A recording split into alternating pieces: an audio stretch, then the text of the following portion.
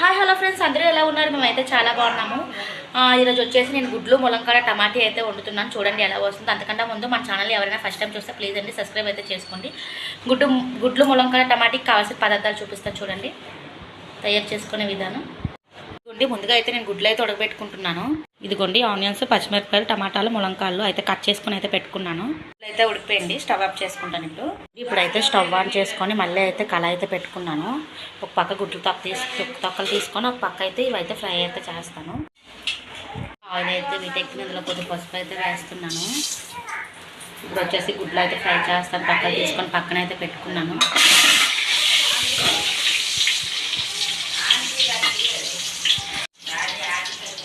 అయితే బాగా అయితే ఫ్రై అయ్యి ఇవైతే పక్కకు తీసుకున్నాం కదండి. ఇప్పుడు ఇందులోనే ఆనియన్స్ అయితే వేసుకున్నాం. ఆనియన్స్ అయితే బాగా ఫ్రై చేస్తాం. ఆనియన్స్, పచ్చిమిర్చి అయితే వేస్తాను. ఆనియన్స్ వచ్చేసి ఫ్రై అయ్యాయి కదా. ఇప్పుడు ములంకాయలు అయితే వేస్తున్నానండి. ములంకాయలు బాగా ఎగిన తర్వాత టమాటాలు అయితే వేస్తాను.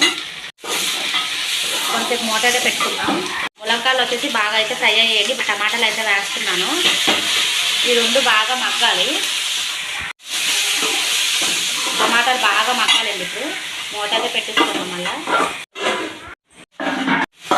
టమాటాలు అయితే మగ్గిపోయి కదండి. ఇప్పుడైతే కొంచెం కారం అయితే వేద్దాం. సరిపడా కారం అయితే వేసాను. కొంచెం సాల్ట్ కూడా వేసుకుందాం సరిపడా. మరొకసారి బాగా అయితే కలుపుకుందామండి.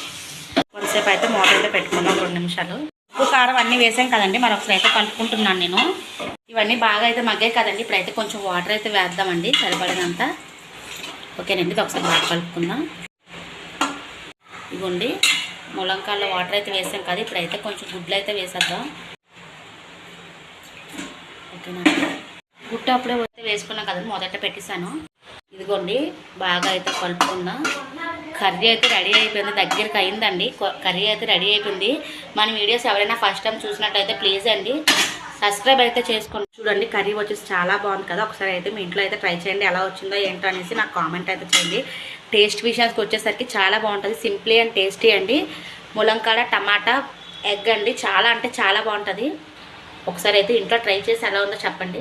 ఓకే ఫ్రెండ్స్, ఇది రోజు వీడియో వచ్చేసి ఎలా అనిపించిందో నాకైతే మీరైతే కామెంట్ చేయండి. మన వీడియోస్ ఎవరైనా ఫస్ట్ టైం చూస్తే ప్లీజ్ అండి సబ్స్క్రైబ్ అయితే చేసుకోండి.